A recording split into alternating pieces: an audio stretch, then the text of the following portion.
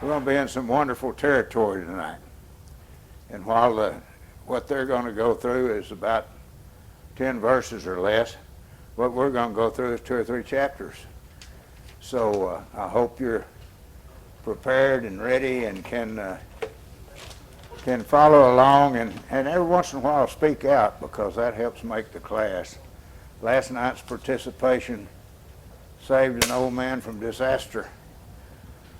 First of all, we're going to be considering Gideon, and the text starts in the 6th chapter of Judges. And Gideon, what kind of player was Gideon? Hello? I say, what kind of player was Gideon? We're talking about God's team. What kind of player was Gideon? Well, if I recall correctly, he was a reluctant player. You know, God doesn't have a draft.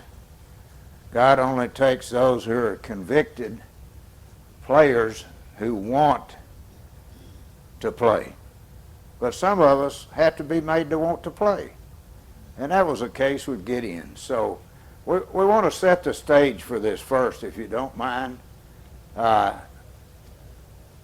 Everybody always says that this particular congregation, and the Lord's Church in particular, is always yelling context, context, context. My philosophy is, if you don't know the background, you don't know the teaching. So we're going to go all the way to the 1st chapter of Judges. Not a long time, but for a little bit. And we want to see, how did God's people get in this shape before we see what happened. Most of the time when we wake up one day and we're in a certain shape, we want to blame everybody else. We want to blame circumstances. We want to blame somebody else's decisions, somebody else's actions, and all of this good stuff. But what I find in my own life, and it's not fun, is that I'm to blame for most of it myself. And so if you'll go to Judges 1:19, and we want to read a few verses here, and then we'll go on with some more things. And hopefully you'll stay with me. And we won't run out of time tonight, I don't think. We won't run out of lesson. We might run out of time, is what I'm trying to say. Now the Lord was with Judah, and they took possession of the hill country. But they could not drive out the inhabitants of the valley, because they had iron chariots. Then they gave Hebron to Caleb, as Moses had promised, and he drove out from there the 3 sons of Anak. What were those? Giants, right? But the sons of Benjamin did not drive out the Jebusites who lived in Jerusalem. So the Jebusites have lived with the sons of Benjamin in Jerusalem to this day. Likewise, the house of Joseph went up against Bethel, and the Lord was with them. The house of Joseph spied out Bethel. Now the name of the city was formerly Luz. And the spies saw a man coming out of the city, and they said to him, "Please show us the entrance to the city, and we'll treat you kindly." So he showed them the entrance to the city. They struck the city with the edge of the sword. They let the man and his family go free. And the man went to the land of the Hittites and built a city and named it Luz, which is its name to this day. Now, 27, here's where we get to the thick of it, if you're able to follow along. But Manasseh did not take possession of Beth-shean and its villages, or Tanakh and its villages, or the inhabitants of Dor and its villages, and so forth. And there's lots of names. But the last part of verse 27 says, so the Canaanites persisted in living in that land. Now, what do you remember God's instructions to his people were? When they went into the promised land, what did he tell them? You are to utterly destroy every man, woman, and child in that country. You're not to make any alliances with them. You're not to make any treaties with them. None of that. Why would God tell his people that? Because they were evil. Why did God give Israel this land? Was it because Israel was so good? No, it's because those people were completely anti-God and all of God's ways, so God wanted them out of there. And he got them out of there, but they didn't follow instructions. And that's the point I'm trying to make. When we start off into this lesson, you say, oh, well, that's nice. But you need to know the background. And the background is we're in a mess, and we got ourselves in that mess. because we failed to follow God's instructions. So I guess if there's points that you could drive a nail at that one. So we could read some more of that, but chapter 2, verses 2 and 3 is another good place to look. And as for you, here comes the word, you shall make no covenant with the inhabitants of this land. You shall tear down their altars, but you have not obeyed me. What is this you have done? Therefore I also said, and this is God talking, I will not drive them out before you, but they will become as thorns in your sides, and their gods will be a snare to you. Now, how were these little g gods a snare to Israel? Well, they intermarried, and then what happened? Their sons and their daughters began to go to services and so forth with the other side. Next thing you know, they're worshiping all the false gods and idols. So, you see, when we don't follow God's instructions, we're in a mess to begin with. And they did not. And they had all kind of excuses. Kind of like we are today. Well, I would have, but I couldn't have. I wished I would have. I wanted to, and I ran into this obstacle and that obstacle, and I know you said that, but does that sound like anybody you know? So then in the second chapter, we read that part, and guess what happens in chapter 2, verse 6? Now Joshua dismissed the people. They went each to his inheritance to possess the land. Verse 7, this is an important one for parents and for all of us with little children. When Joshua had dismissed the people, they went each to his inheritance to possess the land. Verse 7, the people served the Lord all the days of Joshua and all the days of the elders who survived Joshua, who had seen all the great work of the Lord which he had done for Israel. Then Joshua the son of Nun, the servant of the Lord, died at the age of 110, and they buried him in the territory of his inheritance. Now verse 10. All that generation also were gathered to their fathers, and there arose another generation after them, who did not know the Lord, nor yet the work which he had done for Israel.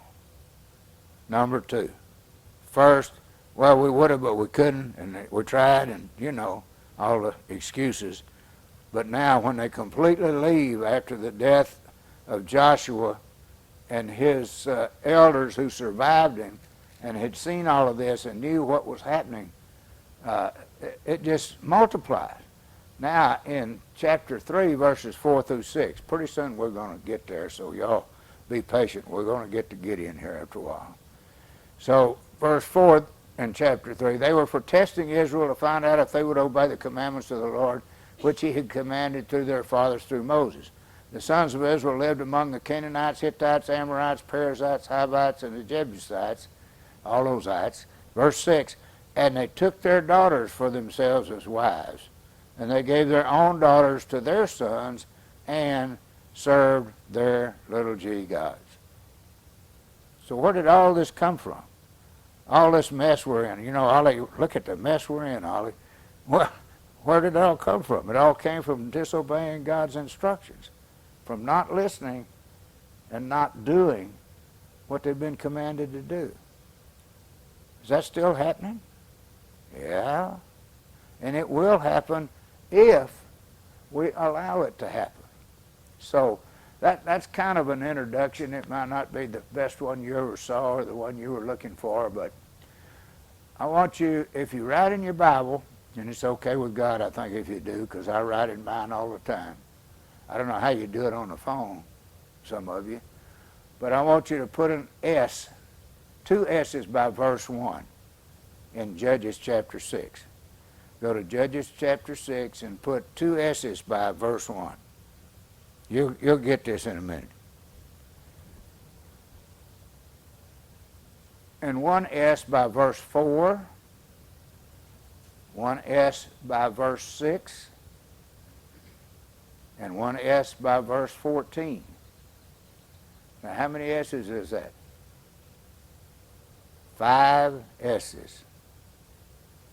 There's a reason I want you to remember 5 S's.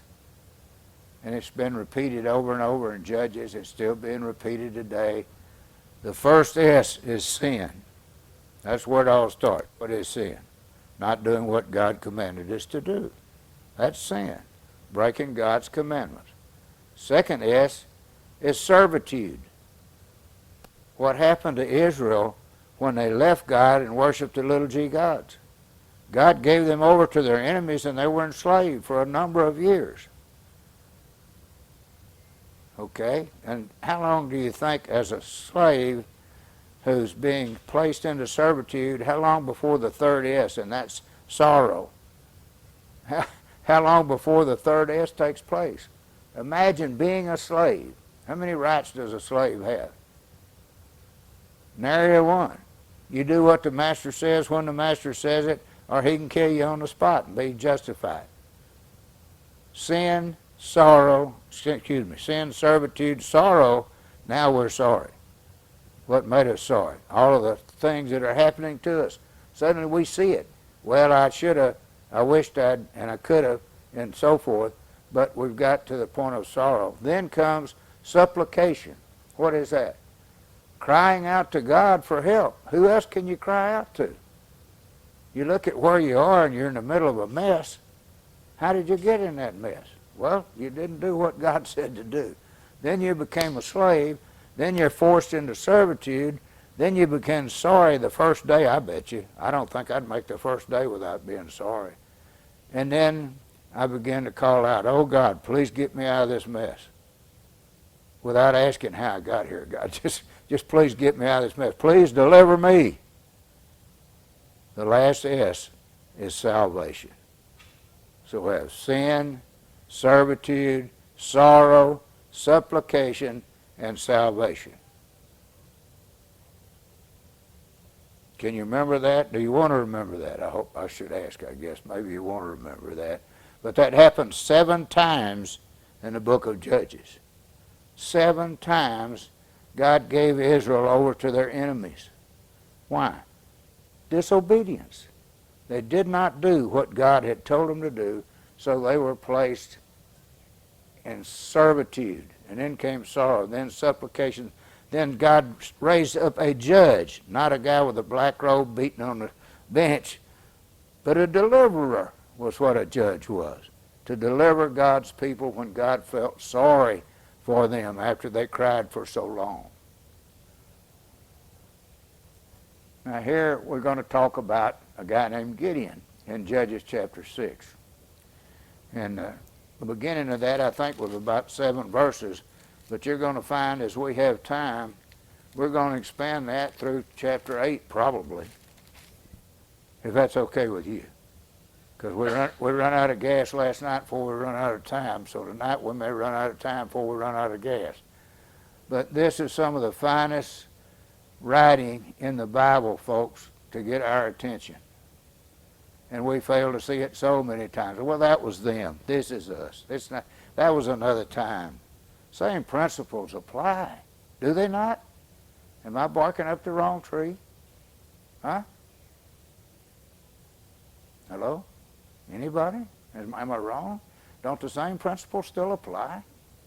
I mean, we're not in slavery today, but, you know, really, we are servants of the one whom we obey, either of sin resulting in death or of righteousness resulting in eternal life. Is that not right? Go ahead, Michael. To me, a lot of that fell back on them because they wanted people to serve them. Remember that Zebulun and Naphtali, they didn't, not only did they not kill them, not only did they make peace treaties with them, they took them as slaves. Yeah. They didn't want to do the hard work. They're like, well, we didn't conquer them, we might as well use them. Yeah. And those same people that they turned into slaves turned them into slaves later. Yeah. Very good comment. Thank you, sir. Very good. So here we're going to get to Gideon in chapter 6, and I started you on the 5 S's. That to me is some of the greatest work in all of Judges because it's repeated, as I said, 7 times. And it's there for a reason, and it's for our understanding and for our obedience rather than disobedience. So here we come to chapter 6, and we find a guy named Gideon.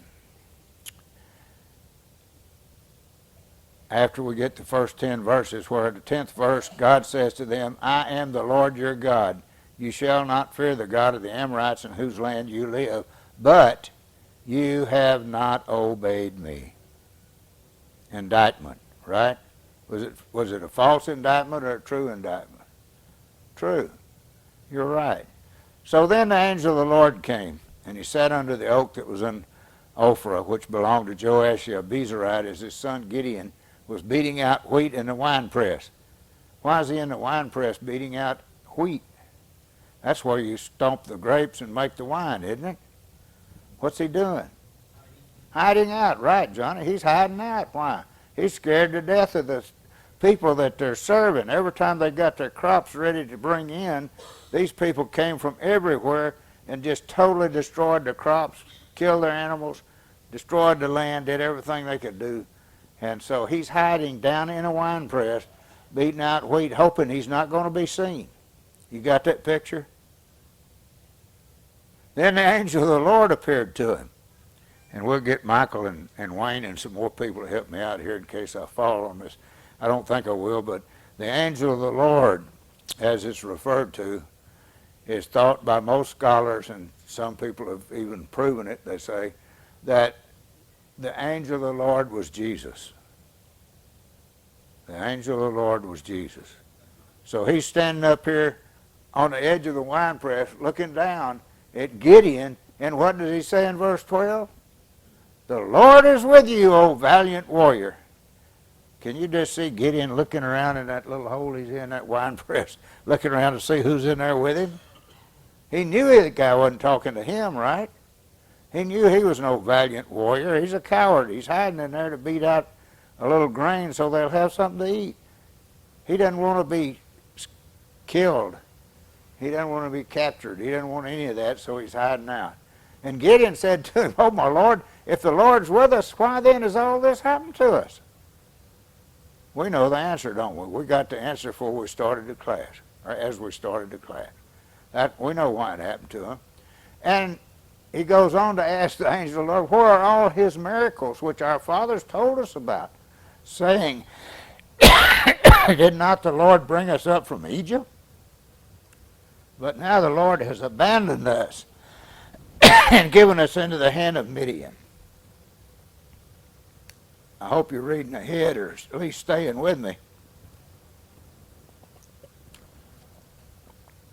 Because in verse 14, the Lord looked at him and said, go in this your strength. By the way, this Lord he's talking about, the Lord looked at him, that's the angel of the Lord. The Lord looked at him and said, go in this your strength and deliver Israel from the hand of Midian. Have I not sent you? What kind of player would you call Gideon right now? He is a very reluctant player. He ain't sure at all he wants to even be on the team. He was hiding out to keep from being captured, killed, tortured, and everything else. And all of a sudden this guy comes up and stands on the rim of the wine press and says, hey, you're going to deliver Israel. But in verse 15, Gideon says, oh Lord, how shall I deliver Israel? My family is the least in Manasseh. Manasseh was which? A half-tribe. Ephraim and Manasseh were half-tribes, but Israel, Jacob gave them inheritance in the land. My family is the least in Manasseh, and I'm the youngest in my father's house. What's he saying? I am the least likely candidate anybody would ever want. What in the world are you telling me I'm going to deliver Israel? But the Lord said to him, surely I'll be with you, and you shall defeat Midian as one man. Now, is Gideon sold? Is he ready to go into service? Is he ready to get in there and get after him? Not on your life. Verse 17, Gideon said, well, now if I found favor in your sight, then show me a sign that it is you who speak with me. I got to see some credentials. I got to see some proof. How do I know you're not somebody that's just sent to get me killed? Pardon me. So in 18, he said, don't leave. I'm coming back a little bit with an offering and lay it out before you. And so the angel of the Lord said, I'll be here when you get back. So Gideon went in, prepared a young goat, unleavened bread from an ephah of flour, put the meat in a basket, the broth in a pot. He brought him out to him under the oak and presented him. So the angel of God said to him, take the meat and the unleavened bread and lay them on this rock and pour out the broth. And he did that. Then the angel of the Lord put out the end of the staff that was in his hand and touched the meat and the unleavened bread, and fire sprang up from the rock and consumed the meat and the unleavened bread. Then the angel of the Lord vanished from his sight. Wouldn't that be enough to convince you that that wasn't just some ordinary Joe that was trying to pull your leg and get you killed? Huh? Wouldn't that be enough of a sign?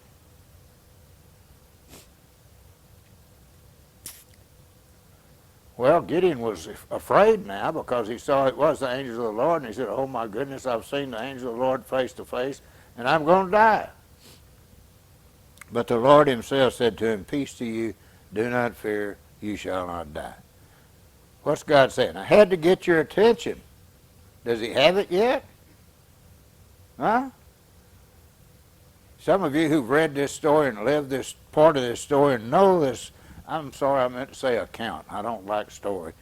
This is an account in God's Word. It's not a made-up story. This happened. This is real. So Gideon built an altar there to the Lord and named it The Lord is Peace. And to this day, it's still an Ophrah of the Abiezrites. Now, God gives Gideon a little test. He wants to know if he's on board or not. So he said to him, take your father's bull and a second bull 7 years old. That's pretty precise, isn't it? Pull down the altar of Baal, which belongs to your father, and cut down the Asherah that is beside it. What's an Asherah? Anybody know?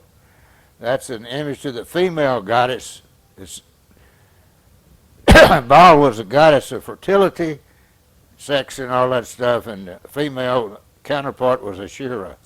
And he said, you cut that down, pull down the altar of Baal, cut down the Asherah, build an altar to the Lord your God on top of this in an orderly manner. And you take a second bull, offer a burnt offering, and use the wood of the Asherah, which you're going to cut down. Is that precise, pretty precise instructions? I mean, can you mess that up? Only if you want to, I think. And I think by now you ought to be convinced, don't you? So he took 10 of his servants and he did what the Lord had told him. But when did he do it? He did it at night. He was afraid to do it in the daytime. Even though God had told him, I'm going to use you and deliver Israel, he's afraid to do it in the daytime. How many of us are afraid to live the life and wear the armor in the daylight? We put it on at night, but we ain't so sure about wearing it in the daytime. Just things I see when we read through here. Not criticisms of anybody here. Please don't take it that way. But you see, if you see something I missed, please tell me after class. And I'm sure I'm not going to get all of it. So the next morning, the men of the city get up and Baal's altar's torn down, the Asherah's cut down. There have been blood offerings on the altar. And they begin to ask, who did this? Who did this? And they found out Gideon, the son of Joash, did it. And they go to Joash and say, bring out your son, we're going to kill him. Because he's torn down Baal's altar and he cut down the Asherah beside it. And Joash said to all of them, will you contend for Baal or will you deliver him? Who will plead for him shall be put to death by morning. If he's a god, let him contend for himself. How about that? If he's really a god, let him take care of his business. Because somebody tore down his altar. If he's a god, he's all that powerful, let him take care of it. But you're not going to do it. So on that day, his father named the son Jerubbaal, if I'm saying that right. Let Baal contend against him because he torn down the altar. So then they get ready and they go cross over to the camp in the valley of Jezreel. And the Spirit of the Lord comes upon Gideon. Boy, I bet that felt good by now. He needed some help. He blew a trumpet, and the Abiezrites were called to follow him. He sent messengers throughout Manasseh, and they were called to follow him. He sent messengers to Asher, Zebulun, and Naphtali, brothers of the 12, and they came to meet him. And we get to 36, and Gideon said, well, God, if you... Pardon me, just a minute. So Gideon said, if you're going to deliver me, Israel, through me, I'm going to put a fleece of wool on the threshing floor. And if there's dew on the fleece only, and it's dry on the ground, then I'll know you're going to do it through me like you said. So you got to have a little test for God before we believe him, right? I mean, he's already done several things that we pointed out. But we got to have some proof, God. And the next morning he got up and he squeezed the fleece and drained the dew, and there's a bowl full of water. So God did what he said. So Gideon comes back and said, God, please don't be mad, but I got to have a little more proof. Once more, said, now let the fleece be dry and dew all over the ground. You know, just so I can be sure. And God did that night. It was dry only on the fleece and dew was all over the ground. That should be enough, right? Hold on, we ain't there yet. We are not there yet. Chapter 7. Zerubbabel, that's Gideon, and all the people with him got up early and wrote, camped beside the spring, and camp of Midian was on the north side of him. And God gives Gideon a little message. And he said, hey, you got too many. Now, why would God say that? The answer is right there in front of you. I hope you're reading along with me, because I'm hitting the high spots and things that I want us to see, and the lessons I want us to see as best I can. And God said to Gideon in verse 2, the people who are with you are too many for me to give Midian into their hands. For Israel would become boastful, saying, my own power has delivered me. Now, how many did he start with? 32,000. That sounds like a big army, but there's a lot more of the enemy than that. And Gideon probably doesn't feel comfortable even at that point. But God said, you go tell them, whoever's afraid and trembling, let him go home and go away from Mount Gilead, and nobody's going to be mad. So how many left? 22,000. Now Gideon is left with a third of what he started with, 10,000 men. And he's scratching his head probably trying to figure out how in the world he's going to win a battle against an enemy who's far outnumbered him. But God said, Gideon, you still got too many. I don't want you to be able to say you did it. I want you to know, and he doesn't say this. Booty's ad-libbing some of this, so you got to follow along and strain it out. But he said, you know, you've got to know without a shadow of a doubt, and the people do, that it is God who's going to deliver you. I'm coach of this team. I'm going to bring this team through, but I want you to know with me, you're not going to have any doubt. He said, you take everybody down to the water, and you have them all drink. And you saw the guys do this up here earlier, carrying on with the kiddos. And he said, those that kneel down and stick their head in the water, what's that?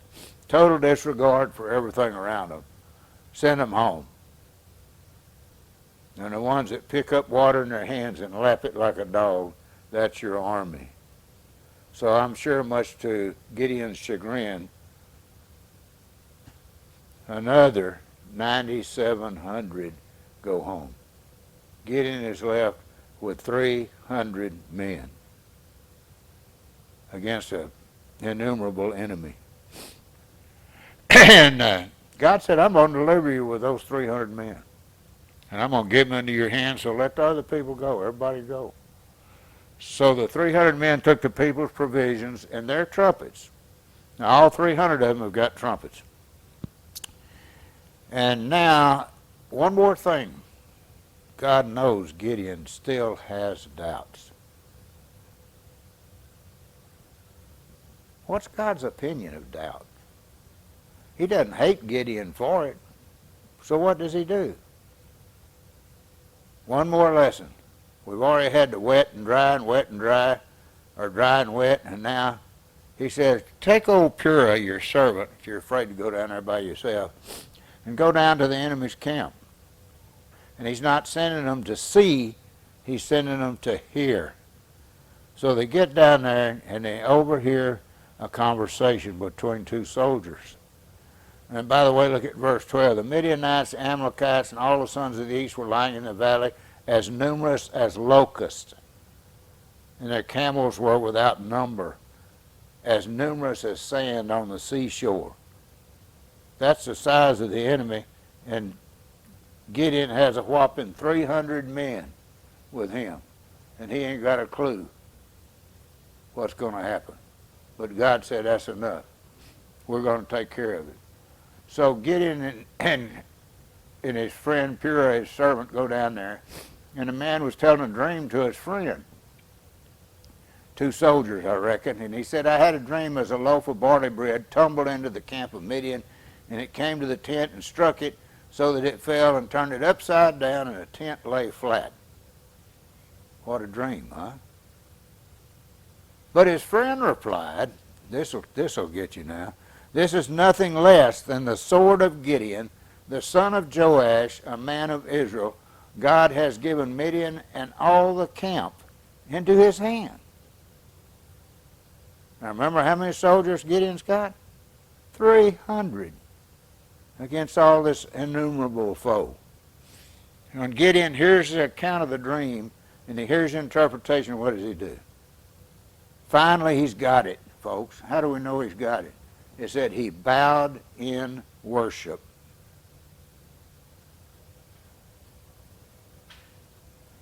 I don't know about you, but when I look at the past and I look at my life, and I look at where I've been and what I've been, and I look at where God has brought me to, and I'm not there, folks. I'm still on the trip. And I look at all that and I said, what a great God, that he can be willing to forgive me and to pull me out of what I was in and to use me in his service. I said, what a great God that is. And Gideon had to have that feeling when he heard that dream and interpretation, because it says he fell down and worshiped. He goes back to the camp of Israel and tells them, get up. The Lord has given the camp of Midian into your hands. He divides the 300 into 3 companies. That's 100 apiece. He put trumpets and empty pitchers. And remember, that's not a baseball, man. That's a pitcher that holds water. Big pitchers, empty trumpets. And he says, all right. And also torches. And that's their armament to go up against this innumerable foe. He said, put the lit torch into the pitcher. And you 100 go there, you 100 go here, and I'm going to be over here. When you hear me blow the trumpet, you blow the trumpet and say, for the Lord and for Gideon. So Gideon and the 100 men who were with him came to the outskirts of the camp at the beginning of the middle watch, had just posted the watch. They blew the trumpet, smashed the pitchers that were in their hands. And what happens when you smash a pitcher that's got a little old torch that's going down quickly? You smash it, all that air hits it, and it flares up like that. So we got all this noise 3 ways around the camp. So we got 1/4 of the camp left. All that happens, and they blew the trumpets and screamed, a sword for the Lord and for Gideon, and they stood still. And all the army ran, crying out as they fled. And what do? They kill each other.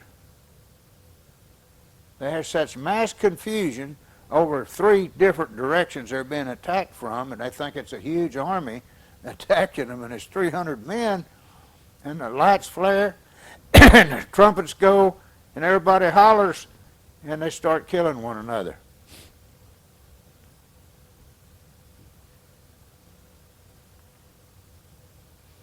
Even throughout the whole army. And the army fled, and some of those words I'm not even sure I'd pronounce right, so I pass. But we get to verse 23. The men of Israel were summoned from Naphtali and Asher and all Manasseh, and they pursued Midian, just kept right on after them. So they sent messengers throughout the hill country of Ephraim, said, come down against Midian and take the waters before them as far as Beth-barah and the Jordan.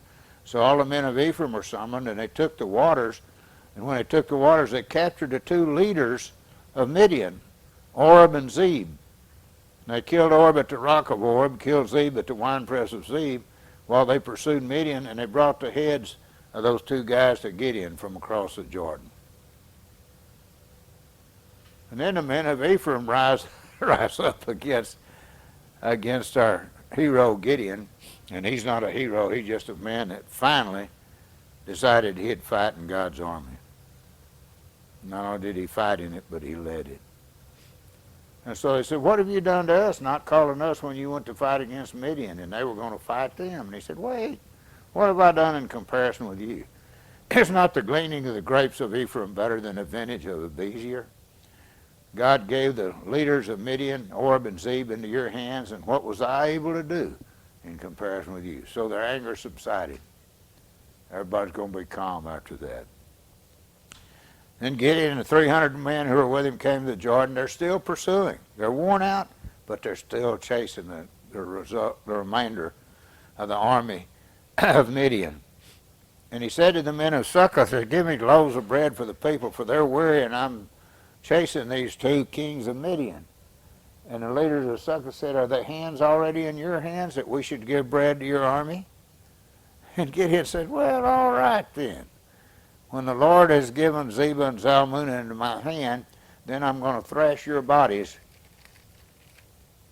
with the thorns of the wilderness and with briars.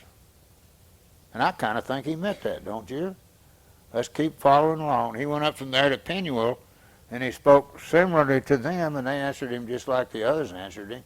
So he says to them, when I return safely, I'll tear down this tower. So about 15,000 men were left of the entire army of the sons of the east. And here's your score. For the fallen were 120,000 swordsmen, folks. 300 men with God as their coach defeated 120,000 men of swordsman army. Can you picture that? Can you picture how much power God has at his disposal to use? When we get into a tight, do we remember what a God we have? Do we cry out to him and say, God, please help me? I'm at a point where I can't do any more myself. Please help me. I want to be in your army. I'm not a reluctant recruit anymore. I want to be in your army. Please help me. So they keep going. He captures these two kings, kills them, comes back, gets this guy from Succoth, and he gives him the list of the princes and the elders, 77 men. And they said, well, he goes back and he takes them and he gets the thorns of the wilderness and briars, and he disciplined the men of Succoth with them. I don't know about you, but I've fallen in a briar patch or two hunting and first one thing to another, and I don't want anybody disciplining me with briars and thorns of the wilderness. Can you imagine how that felt? And then he tore down the tower of Penuel as he said he would, and he killed the men of the city. And then he says to these two kings that are left, Zebah and Zalmunna, he said, what kind of men were they whom you killed at Tabor? And they said, well, they're like you, each one resembling the son of a king. So Gideon said, they were my brothers, the sons of my mother. As the Lord lives, if only you had let them live, I would not kill you. And he calls to his firstborn and says, rise and kill him. But the youth did not draw his sword, because he's still a boy. And Zebah and Zalmunna said to Gideon, rise up yourself and fall on us, for as the man, so is his strength. So Gideon rose up, killed both of them, took the crescent ornaments that were on the camels' necks and so forth. You're probably tired of reading and trying to follow me, but I think this is one of the most magnificent accounts in the whole book of Judges about how God took a man that was a reluctant recruit and gave him enough proof that he finally was convinced. And he went into battle with 300 men against 120,000 swordsmen. 300 men, using God's armament, pitchers, trumpets, and torches, and God's direction. and he split them into thirds, and the enemy just knew they were surrounded and fixed it. So they jumped up, and in the confusion, they killed one another. What a great God we serve. And sometimes we need to be reminded of his magnitude and his power. And not only that, but his love. Could you have been as patient with me, if that were me, as God was with Gideon? Can you imagine the patience that required for God? He wanted Gideon badly, didn't he? First the fleece is wet, the floor is dry, and then the fleece is dry and the floor is wet, and then we got to send them down to the camp to listen to the account of the dream the guy had and all of that, and finally he falls down and worships. I'm in, he says. And then they go and do what God wanted them to do. How many times did God have to prove to him that he was God? That wasn't the only time. It seems a lot of the, in fact, if you think about it, a lot of the leaders that God chose were reluctant. Jeremiah was the same way. He's too young, too inexperienced. He says the same thing Moses says. My speech is terrible. Yeah, yeah. And Jeremiah is one of the greatest prophets. Moses, the great lawgiver. Oh, yeah. Again, reluctant to go. So all of these people that are reluctant in whatever, for whatever reason, Yeah. once they're completely convinced, once God changes their mind about going, then they're able to There. make the impact that he wants them to have. And I think that's a good I think that's a lesson for us, because I think when we become convinced of God's power and God's purpose for our lives, I think we won't need 14 more proofs, will we? Or 4 more or 3 more proofs. I think when we finally become convinced of the power of the Almighty God and the fact that he wants to use us. Imagine that. God using somebody like me. And I'm not anybody, so forget that, but you know, for God to use a guy that's just ain't always been the best. That's amazing. which pick of disciples who become apostles were all men of real no note, common folks. Common fishermen, most of them. Well, there are some conclusions. Number one, why were they in this mess? Didn't follow the coach's play calling, did they? They went off on their own way. And number two conclusion, how was their confidence gained? How did God gain their confidence? Wasn't it little bit by little bit? He didn't just smother them all at once. He was very patient. Has he been patient with you? He's been awful patient with me. Consistent. That's the big key. God is consistent. He is perpetually, always consistent.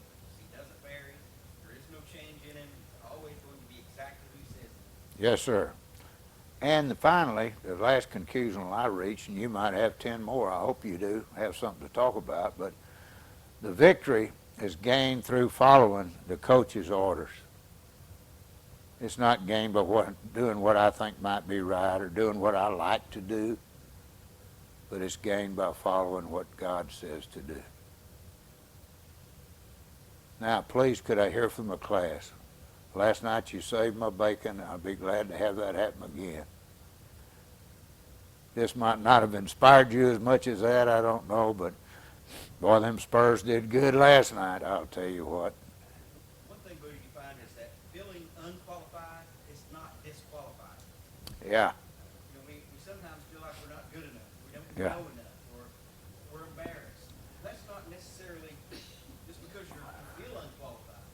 God doesn't care if you feel unqualified. He can take the unqualified and make them qualified. absolutely. And that's what he did here. Right? No person starts out being a leader. You're not born, as much as you like people like to think they're born leaders, there are very few people that are truly born leaders. They learn from leaders that were above them usually. And the best leaders, from my perspective, have always been the best followers. Yeah, Because if you can follow, you've learned how to lead by following people that are already doing the same way. And that's why it's the lesson for Christians, because we commit these things to faithful men who'll be able to teach others also. And I think that applies to ladies too. Some of the best teachers I had were ladies. yeah, The most knowledgeable, some of the teachers I had were ladies. And they also made sure that we behaved. So you learn how to be good. Taught us many lessons, didn't they? Taught us many lessons. Any, I'd be glad to have some more feedback, folks. Last night there were people that went out of here talking about what they could have said, and they didn't say it. It kind of told me I didn't get the job done right, so I'd like to hear from anybody and everybody. What can God do in your life? Unwilling, just Yeah, for different reasons, kind of is, I know what you're trying to do, God, and I know you can do it, but I don't want it done. yeah. Yeah, I'm not all that interested. Imagine starting out with a, They're evil. can you imagine starting out with a coward hiding out in a hole, beating out wheat, and turning him into the leader of the wildest revolution I ever saw, where you take 300 men and whip an army of 120,000 swordsmen. And they kept on till they got all of them, including the leaders. Well, I promised you I was going to make it. I didn't make it again, Michael. I guess you'll have to fire me and get somebody else. I hope the quality will make up for the brevity, maybe. I do want to say this. Tonight, the men's Bible class that meets on Tuesday night at the county jail sends their greetings to you. This was their night, and they knew where I was going to be tonight and encouraged me to go. So next week I'll be able to be back with them, but they said tell you howdy from them. Thank you for your kind attention. If you have anything else to talk about in private you want to talk to me about, hey, I'm available. You're a good class. I watch faces as I teach, and faces told me a lot more than all the noise. So I believe we got it. Thank you.